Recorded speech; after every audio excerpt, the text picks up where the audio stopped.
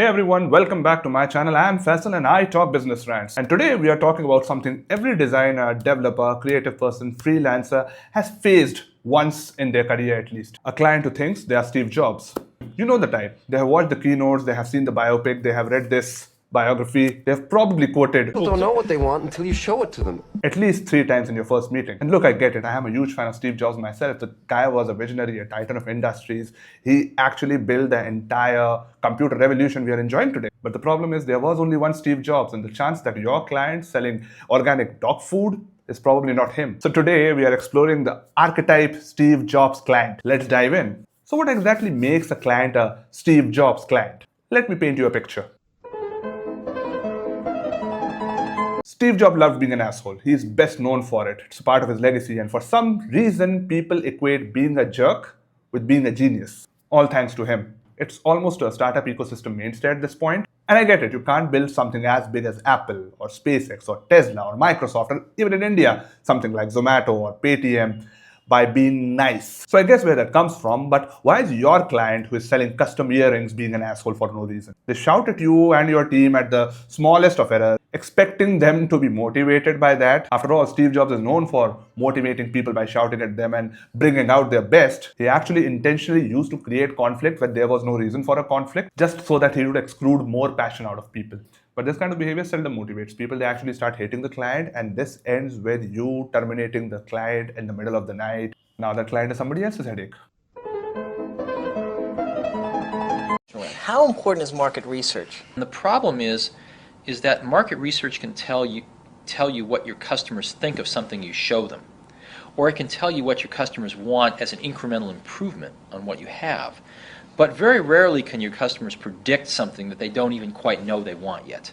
As an example, no market research could have led to the development of the Macintosh. Steve Jobs hated market research, but when your client starts to ignore market research, that's a red flag.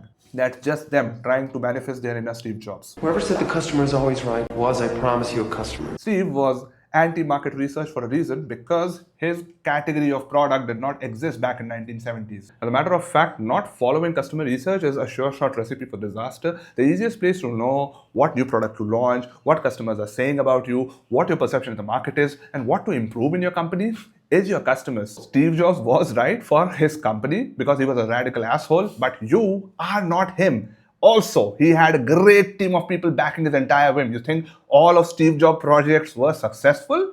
Not really, but he had the money and the talent to make sure that those bets that he played had a significant impact. They had the sure shot chance of success. And if they fail, that's fine. He had billions of money to pour into it anyway. Your client probably doesn't. So, you do not know everything. Customer is king. And yes, do market research.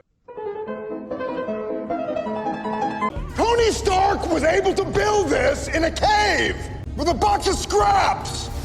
Steve Jobs is known for creating unrealistic timelines just to make sure that a bombastic, marketable Christmas launch happens. That's not always possible. Until and unless you don't give it time to brew, it does not excel. I've actually seen documentaries where people actually told the immense pressure they were under when the iPhone was actually being made. People actually had divorces. They had health issues just because of the immense pressure that Steve Jobs used to put on each and every project to bring out actual diamonds with that amount of pressure coming in. So though that kind of pressure and unrealistic timeline does create amazing products, there's also amazing, super smart people that Apple had at their disposal that were working on those projects. Your client probably doesn't.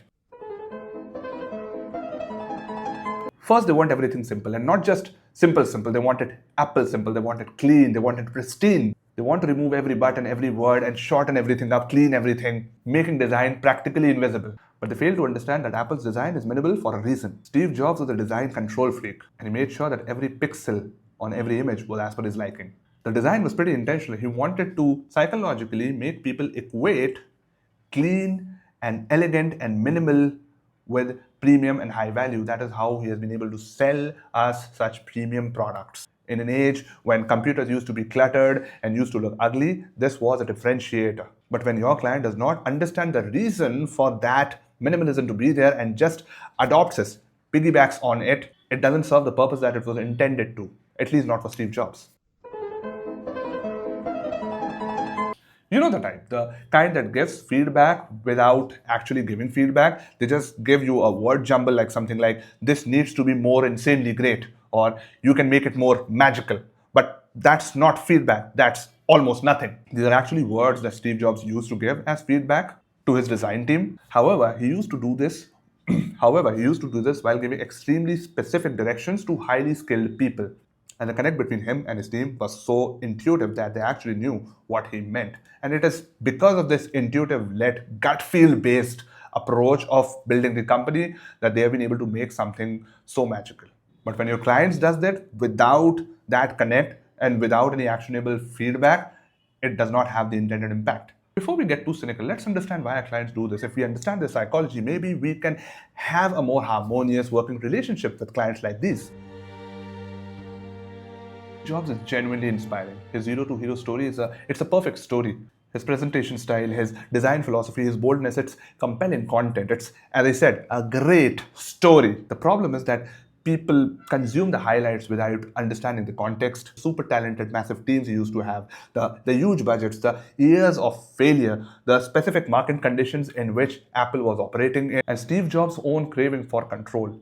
Being an adopted kid, he hates that he had no control over his own life's trajectory, and that is why he wanted to ensure that he had full control over his future life, and Apple was his life. So he tried to make sure that each and every aspect of Apple, be it his team or the customer's experience, was fully under his control. The client sees the keynotes when Jobs introduces iPhone and thinks that I want that level of excellence for my business, and that's admirable, right? But they just do not realize that this excellence comes at a very specific cost and at a very specific set of circumstances that made it happen. What did you do? What did you do? You can't write code. You're not an engineer. You're not a designer. You can't put a hammer to a nail. I built the circuit board. The graphical interface was stolen from Xerox PARC. Jeff Raskin was the leader of the Mac team before you threw him off his own project. Everything, someone else designed the box. So how come 10 times in a day, I read Steve Jobs as a genius? What do you do? The story of Steve Jobs, as I said, is compelling content. He was born without much of a silver spoon, not a lot of money, pretty ordinary folks, unlike his peers or people like him, like Elon Musk now, who had rich fathers, and even Bill Gates, who was his peer, I would say, who came from a privileged upbringing. He wasn't super smart as well. He understood his way around a computer, way around programming, but he was not super smart. By all accounts, Steve Jobs was an ordinary Joe, an opportunist, if you say, who saw the right thing at the right time and knew how to make money out of it. Despite specific technical knowledge, I play the orchestra. And you're a good musician. You sit right there. You're the best in your row. he was able to play the orchestra and create a super strong company. Nobody wants to be average. Nobody wants their business and their company to be average. When clients invoke Steve Jobs in themselves, they are often expressing a deeper fear. What if my product is forgettable? What if my story, my legacy does not continue? What if this is it? This little thing that I'm building, this doesn't persist in the next 10 years? What if people forget me?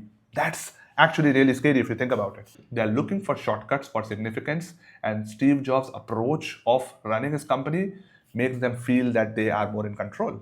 Jobs represented that dream, the people who refused to settle, who demanded excellence. The problem is that greatness cannot be copy-pasted. People try to act like Steve Jobs without understanding the context. Elizabeth Holmes, former CEO of Theranos, now in jail, tried to act herself into Steve Jobs, tried to pitch up her voice. If you haven't seen any of her videos, it was pretty creepy stuff. But she tried to become Steve Jobs, and it made life hell for her employees to a level that some of them snitched upon her, and then an entire investigation happened. Yada yada yada. She's in jail now, her company is closed, or everyone lost their job. Investigation happened. The only interesting thing here is Steve Jobs was actually an asshole. You are pretending to be one. You're trying to bring something into you which you are not. And that is actually the most anti-Steve Jobs thing that you can do. Because Steve, as I said, was true to himself. Even Apple was an extension of his own ideas, his thoughts, an extension of his own soul. That is how he presented it in all of his books and his writing. Soul cannot be copy-pasted. Now, it's not all that gloomy. I have spent the entire video bitching about clients who try to act like Steve Jobs but really aren't. But Actually, these people, there's a silver lining here, actually care about their idea and their business. They want to make it big and significant. They don't want cookie cutter work. They want something special. Some of my personal best work in my career has come out when I was working with clients who were demanding, who pushed me to think differently, if you would put it that way. Iterate more, think deeper, look deeper into the problem and try to find the actual solution. We all have had such clients in our careers, and the key is to work with them collaboratively. You have to understand that excellence is a collaboration, not. So if you are someone who is having a Steve Jobs client or have faced such in the past, I feel for you, I empathize, we all have had them, and in the future we'll continue to have them as well, as long as Steve Jobs' whole legacy continues, a dictation. So that's the video, guys. If you have come up till this point in this video, really appreciate you taking out the time, would appreciate a sub. I'm trying to make more and more videos. See you in the next one.